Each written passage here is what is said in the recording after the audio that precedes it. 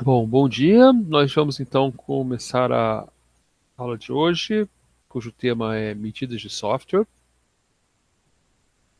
principalmente em relação ao tamanho.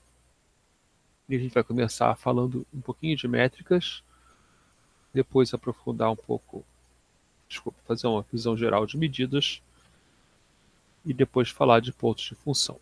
Então, aqui a gente vai começar a falar das métricas, o que são métricas, e vamos em frente então. A gente tem alguma motivação para isso, para querer medir software, né? E a gente tem essa frase do Guild, né, que é o princípio de Guild para objetivos confusos. Né? Projetos sem um objetivo definido não alcançarão seus objetivos claramente. Isso vai levar a gente a querer não só os nossos objetivos de forma clara na parte funcional, mas também na parte de produtividade. A gente deve usar uma das próximas aulas para falar um pouco da gestão clássica de projetos. O Demarco, que é outro autor famoso, né, fala que você não pode predizer nem controlar o que não pode medir. Na verdade, muitos autores falam isso, né, não existe ciência sem medição, a gente vai ter isso, é uma frase, e frases nesse estilo são muito usadas. Né? Então, o que a gente vai querer é medir o software de alguma maneira. Certo? Então, as métricas de software ela têm um escopo muito amplo, né? Elas passam por um objetivo importante, que é servir de estimativa de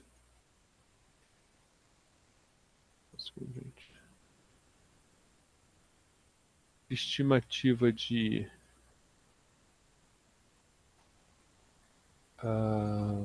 custo e esforço do software, né?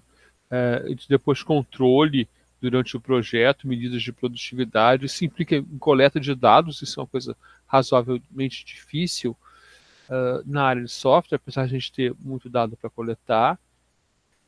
Implica também em ter medidas em modelos de qualidades, até mesmo da avaliação de maturidade da empresa. Né? Então, várias coisas vão rodar ao redor dessa questão das métricas de software. Né? E nós vamos poder construir modelos de confiabilidade, por exemplo, a qualidade, outras medidas de avaliação de qualidade, né? Medidas de complexidade estrutural do código, né? A gestão por métricas, né? E também a avaliação de métricas e ferramentas. A gente tem muitas questões relacionadas às métricas de software e a gente não vai chegar nem perto de tocar, né, em todos os assuntos possíveis. Inclusive porque, ao contrário de outros assuntos de engenharia de software, não temos uma moda, né? Não temos uma modinha, assim, todo mundo está fazendo a mesma coisa. Aqui, as pessoas estão fazendo muitas coisas diferentes, em áreas diferentes, uma área ainda até importante de pesquisa. Então, quando a gente vai fazer uma medida, né, a gente tem que entender que a gente está falando sempre de um mapeamento. Né? Então, a gente tem um mundo real aqui, vou botar aqui um cubo para ser o nosso mundo real, né? Nós temos aqui uma abstração que a gente faz desse mundo real, né? Onde a gente imagina as coisas. E a gente quer fazer, então, um mapeamento, né? Entre, entre dois mundos. Um mundo real e um mundo imaginário, matemático, abstrato, onde eu tenho que manter relações, certo? Então, se eu tenho um cubo pequenininho e um cubo grande, eu vou falar aqui que esse aqui é 1 e aquele é 9, né? Eu espero manter essas relações de alguma maneira. Então, se eu tenho o mundo real, o domínio, o mundo matemático e a imagem, eu quero um mapeamento, uma função, né? Tem uma coisa que se chama condição de representação, certo? Então, a medida ou a medição M, né, precisa mapear entidades em números e relações empíricas, desculpa, entidades em números e em relações empíricas, né? Em relações numéricas, da forma que as relações empíricas preservem e sejam preservadas pelas relações numéricas. Basicamente, estou dizendo o seguinte: se eu acho que isso aqui é frio e mapeio num número aqui, e acho que isso aqui é quente, Vou dizer que eu mapeei um número aqui, né? E eu vou falar que esse número, e que eu vou falar que frio é menor que quente, ou pelo menos que a temperatura de frio é menor que a temperatura de quente. Então esse número aqui, 0, né, tem que ser menor que esse número aqui, eu vou botar 32. Né? Implica que 0 é menor que 32.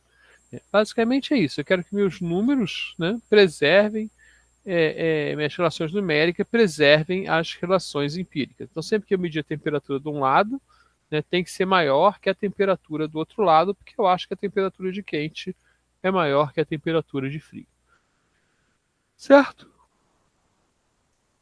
Então, a gente vai usar alguns termos, obviamente, medida, que é uma indicação da extensão, da quantidade, da capacidade, do tamanho de alguma coisa, né?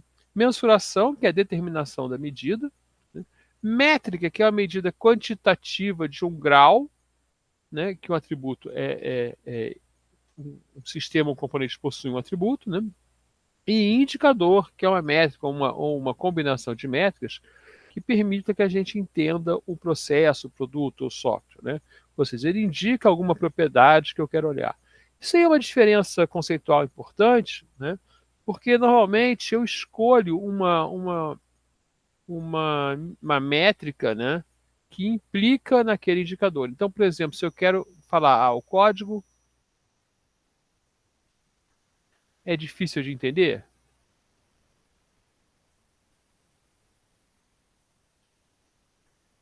né? Então eu vou procurar uma métrica para isso. Então tem uma coisa que chama aqui complexidade ciclomática, que é uma métrica. E é também um indicador. Um indicador do quê? Dessa propriedade aqui. Certo? Se o código é difícil de entender. Então, quando eu faço uma medida, basicamente eu tenho dois grupos de medidas, certo? Isso vai ser importante para como eu vou poder avaliar depois essas medidas, né? As medidas que a gente chama de qualitativas e as medidas que a gente chama de quantitativas e que são métricas, certo? As medidas qualitativas se dividem em nominal e ordinal e as quantitativas em intervalar de razões absolutas, a gente vai ver aqui, né? Então, a nominal, ela só divide em categoria, né? O mais famoso aqui que a gente pode usar, né, seria homem e mulher, né? A gente pode falar cães e gatos, né? E peixe ornamental, tipo, as categorias dos pets, né? Aves,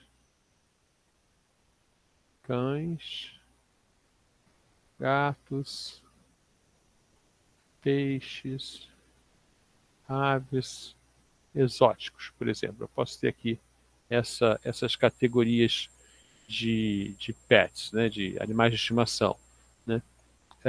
E eu não posso fazer média. Por exemplo, qual é a média entre cães e gatos? Eu não posso fazer. Eu só posso contar e calcular proporções. Então eu posso dizer, entre os possuidores de pets, né, eu tenho lá, né, um grupo que possui, né, outro cães, outro grupo que possui gatos, outro grupo que possui peixes, outro grupo que possui aves e um grupo que possui material exótico. Aqui eu posso ter uma quantidade Q, né, com um percentual. E aqui eu tenho C, G, P, A, X. Né? Então isso aqui que eu posso fazer, contar, fazer histogramas, né? E eu não posso tirar a média, né? Qual é a média entre cães e gatos, né? Eu não posso fazer uma média entre cães e gatos, né? Então eu posso calcular o que tem mais, né? Então a gente chama isso aqui de moda, né? Isso aqui é a moda, é o mais frequente. E, e a gente vai usar essa moda, se quiser. É a única análise estatística, a única tendência central que a gente pode usar, certo? É... Bom, como é que eu posso tornar isso aí um pouco mais significativo em alguns casos, né? Fala, Jorge. Tá, deve estar com o microfone desligado.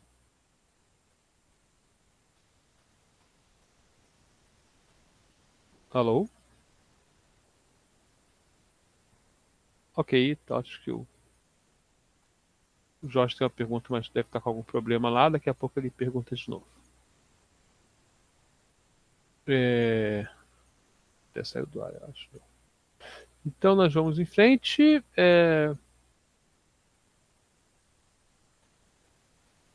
Bom, geralmente se a gente usa só uma divisão em categorias, significa que a gente realmente não tem mais informação no número no mundo real, certo? Mas às vezes a gente tem uma informação do número real onde há pelo menos uma relação de ordem, né? Principalmente uma relação de ordem parcial, né? Então a gente tem medidas ordinais, certo? Então quando a gente tem uma medida ordinal, a categoria passa a ser ordenável, né? A gente pode comparar, ah não, esse é maior que aquele, né? Mas não pode dizer quanto é maior. Então a gente tem aqui a escolaridade, por exemplo, né? Eu posso dizer, olha, tem mais escolaridade quem fez o ensino médio do que quem fez o ensino fundamental. Mas eu não posso falar que ele tem 20 mais escolaridade, 10 mais escolaridade, né? Ou eu posso falar, eu estou mais satisfeito ou menos satisfeito, né? Mas eu não posso dizer quanto eu estou mais, porque é uma sensação muito abstrata de estar satisfeito, né? Não tem o dobro de satisfação. Ou status social e outras coisas assim, que a gente pode falar, olha, na minha pesquisa aqui, no meu trabalho, na minha medida, né, eu consigo colocar essas coisas em ordem, né? Então, por exemplo, a gente tem aqui escolaridade, né? Escolaridade vai ser, a gente pode falar aqui, ó, pós-graduado, graduado, ensino médio, ensino fundamental, né? E aí a gente pode pegar isso aqui e quebrar mais, né? Ensino médio completo, incompleto, né? Ensino fundamental completo, incompleto, né? E a gente vai ter aqui uma, uma graduação, eu posso botar aqui doutorado, mestrado, né? E a gente vai podendo detalhar até mais, mas não consegue sair da ordem, né? Não consegue dizer, ele é mais educado X vezes, né? Ou é mais educado um intervalo, né? Então aqui a gente tem uma qualitativa e ainda não é uma métrica, né? É apenas uma medida, certo? Próximo nível, nível intervalar. No intervalar a gente garante as distâncias, certo? Mas não garante as razões, ou seja, eu não posso falar sobre o dobro, né? Na temperatura Celsius, por exemplo, não está o dobro de quente, né? 20 graus não é o dobro de quente de 10 graus, né? Não é o dobro de calor de 10 graus, né? Então a gente pode somar e subtrair, certo? A gente pode discutir diferenças, 10 graus a mais. Essas diferenças fazem sentido, ou seja, a diferença de 11 a 12 é igual à diferença de 12 a 13, né? Mas a gente não pode falar que 20 sobre 10 é igual a 40 sobre 20, certo? E o ponto zero aqui é arbitrário, né? O que significa arbitrário? Significa que alguém decidiu colocar um zero, né? Sem ter, sem saber como, sem ter alguma razão importante para ali ter zero, ok? É,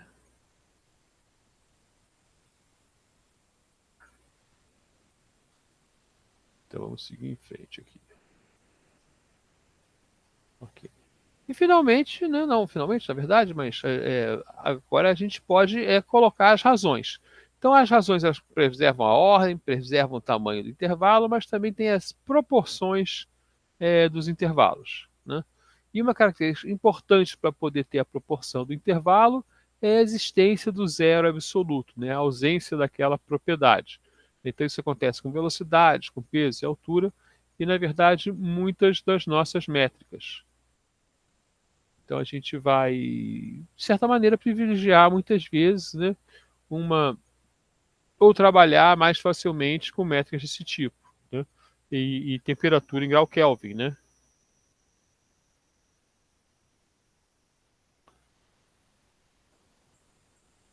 Tem essa propriedade também, ok? E agora sim, finalmente, né, a gente tem outra tipo de métrica, né? Que é aquelas coisas que a gente só pode contar, certo? Não tem outra coisa que a gente pode fazer com aquilo que nem contar. Então, na verdade, a gente chama isso de uma escala, né? Uma escala absoluta, né?